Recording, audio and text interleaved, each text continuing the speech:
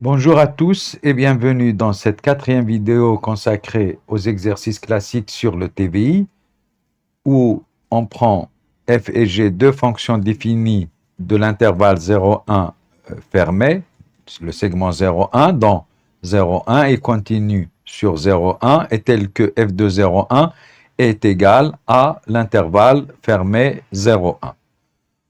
On nous demande de montrer qu'il existe x appartenant à l'intervalle 0,1 tel que f de x0 égale à g de x0.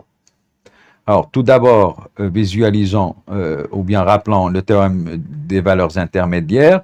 Si f est une fonction continue sur un segment AB, f de A fois f de B inférieur ou égal à 0, alors il existe alpha appartenant à l'intervalle AB tel que f de alpha soit égal à 0.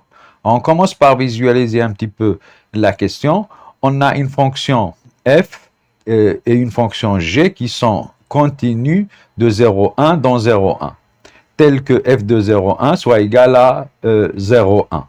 Alors, f de 0,1 égale 0,1, c'est-à-dire que f remplit tout l'intervalle fermé 0,1. Je parle de l'intervalle 0,1 sur l'axe des ordonnées. Donc, notamment, il y a un alpha qui appartient à 0,1 tel que f de alpha égale 0 et il y a un bêta au moins qui appartient à l'intervalle 0,1 tel que f de bêta est égal à 0. Alors maintenant, on va prendre la fonction g. Nécessairement, g coupe la courbe de g coupe la courbe de f en non moins un x0 comme nous l'indique l'exercice. Alors, on va le faire ici encore en introduisant une fonction auxiliaire, soit h la fonction définie sur 0,1 par h de x égale f de x moins g de x. On aura h de x égale 0 est équivalent à f de x est égal g de x. Et on aura gagné sur l'exercice.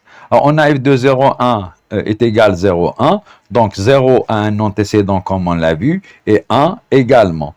Donc, il existe alpha bêta appartenant à R carré tel que f de alpha égale 0 et f de bêta est égal à 1.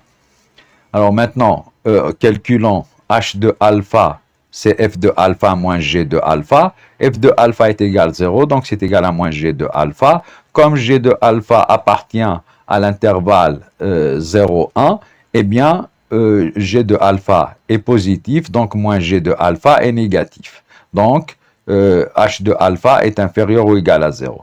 Maintenant, h de bêta, c'est égal à f de bêta moins g de bêta égale 1 moins g de bêta, mais g est à valeur dans 0, 1, donc g de bêta est compris entre 0 et 1, et notamment g de bêta est inférieur ou égal à 1.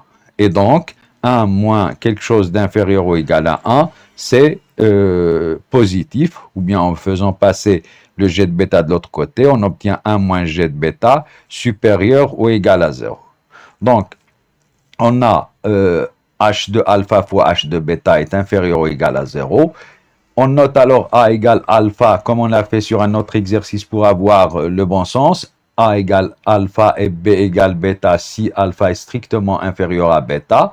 Et A égale bêta et B égale alpha si alpha strictement supérieur à bêta. On ne peut pas avoir alpha égale bêta parce que sinon, alors on aura f de alpha égale f de bêta, mais f de alpha c'est 0 et f de bêta est égal à 1. Maintenant, f et g étant continus sur l'intervalle 0,1 et donc en particulier sur l'intervalle AB qui est inclus dans 0,1, on a h de a fois h de b est inférieur ou égal à 0. Donc h est continu sur l'intervalle 0,1. Je ne l'ai pas écrit, mais c'est ce que je voulais dire ici.